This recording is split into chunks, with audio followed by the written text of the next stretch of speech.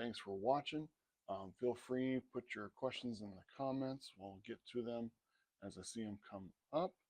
And like I mentioned on our live session last week, if you do have questions, but you're a little concerned about having everyone see who asked the question, private message us, send it in. Even if we don't see it today, we'll make it a speaking point for next week's session, and we can also have a little more of a side conversation through Messenger to answer your question more privately that way if you wish. So while we wait for questions to come up, want to talk a little bit more about habits. A lot of people seem to really like some of the habit tips that we gave in yesterday's post.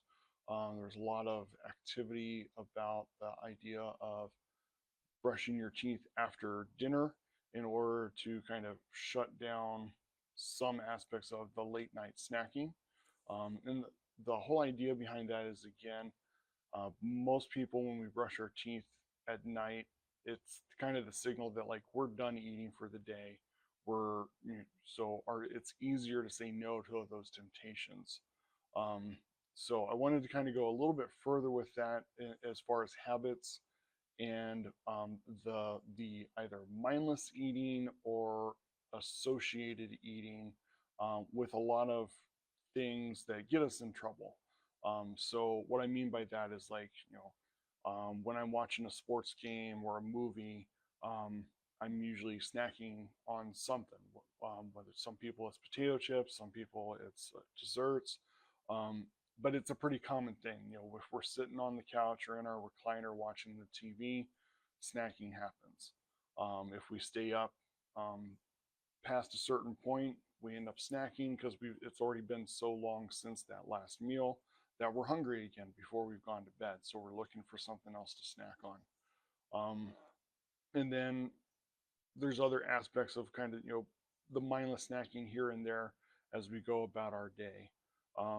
So part of that, so there's a couple aspects of habits. Part of it is association. Sometimes people end up snacking because they're used to having to do something with their hands. Other people end up snacking because of some sort of association when we're being brought up that, oh, well, every movie night, there was always, popcorn out, or there was always chips out, or every time we sat down for the game on Sunday with dad, we always had, these snacks or something of that nature. So that association builds. But the problem is sometimes that association builds beyond just that one special event on a less frequent basis. So, movie night, one game a week, those can be planned around, those can be mitigated and less impactful for our total consumption. Whereas if we've let that bleed into every night when I'm watching TV, I'm snacking. Every sports game that I watch something, I'm snacking, especially now when there's almost near continuous sports on, depending on what all you're into. Having that association can often get us into trouble with overeating. So there's a couple different aspects to look at there. The first one is just simply sometimes we just need something to kind of keep our hands occupied during these activities. So instead of having our hands full of snacks, we do, there's, probably one of the best uses for fidget spinners nowadays is just keeping your hands busy while you're watching TV. That way you're not grabbing more snacks and continuing that cycle. You can always do other hobbies and stuff when you're watching in order to, again, keep your hands more busy. And that goes for a lot of aspects of whenever you find yourself kind of mindlessly snacking. Having something to do with your hands, keep your hands busy, keep yourself distracted away from going for the snacks helps quite a bit with that. Now, the other side of that is our habits are also a product of environment. What I mean by that is we're less prone to some of the mindless eating that we shouldn't be doing if we don't have the foods that we would be having readily available for that mindless snacking. So what I mean by that, and I'm sure if you've been watching a lot of these, you've probably heard me reference, um, we don't want our home to be a temple of temptation. We need it to be a sanctuary of health. Because anytime we walk out the door, we're going to be bombarded with numerous temptations everywhere we go to make a bad nutrition choice. So we want to make sure that at home we are more set up for success. So we're not surrounded by a pantry and a fridge full of all the things that it's difficult for us to say no to. Because what happens with that is, we're not going to be able to say no to it because they're readily available. It's right there. And when we pair that easy access with the associated action, so i.e., watching TV and snacking, well, if the easy snacks that we're trying to avoid are readily available and now we're doing the activity that we always snack with, it just happens. They just come together. It You can try and plan and do the best that you can, but it's just still going to happen. Whereas if you mitigate and minimize the access to the foods, so instead of a lot of chips or sweets or whatever your go-to snacking thing is, keeping more fruits, more vegetables, think healthier options around. So if you do still want to go through, like I still want something to snack on and munch on, we're not causing as much quote unquote damage as it were um, with our diet by having a whole bunch of fruit or a whole bunch of vegetables. you know um, it's just about setting ourselves up for better success in that realm, and controlling our environment is one of the bigger components to having better impact on our habits, um, simply because if we don't change our environment, we're just habits are habits. It's our autopilot system. It's very hard to turn off.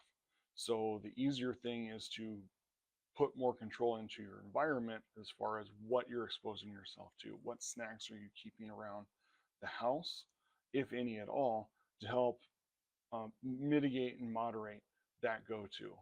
I'm sure some of you probably saw one of the dessert recipe options that I posted last week for us. That's been a big thing for me because unfortunately holiday season kind of overcharged my sweet tooth, and it can be hard to turn that back off. So I kind of found, like, having the fruit, the yogurt with a little bit of um, whipped cream, that when it's air whipped it's a lot lighter, so it's easier to not overdo it calorie wise. If, like I said, it was posted last week. Essentially, you can have a nice dessert for under 300 calories, but it had 20 grams of protein, frozen fruit in there, so you got some additional fiber on top of that. But you still had a little bit of fun with the air whipped cream on there too. So it gets me that association, but it's not, the same volume of food there. If I had had that in ice cream, probably would have been 300 to 500 calories, and there'd be almost no protein in there. It'd be all sugar, and then a whole lot more fat than what the whipped cream had for it. So it's just little things like that. Making the slight changes and adjustments goes a long way. If you like the veggie idea, I can post in the comments. I'll post that later.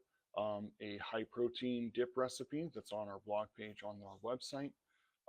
That's a good kind of accompaniment with that. So you can still have your dips, but you're not creating just a heavy fat or sugar load with a lot of the other dips that are out there. Just some things to think about when we're trying to work on better habits. I like focusing on habits for people rather than diets because it becomes, in the grand scheme of things, more manageable and less restrictive. And it's just about raising awareness to what's really getting us caught up, um, more often than not, and being aware of those changes. Hope that helps for everyone. If you do have any questions and you're watching this in the recording, feel free to throw your questions in there. We'll answer them on next week's thing. And if you have some questions that you'd like to be addressed a little more directly, you can private message us and we'll have a conversation there. That way you don't have to air anything you don't want to out to the world. Otherwise, stay consistent and persistent in your pursuits of better health, and I hope everyone has a great week.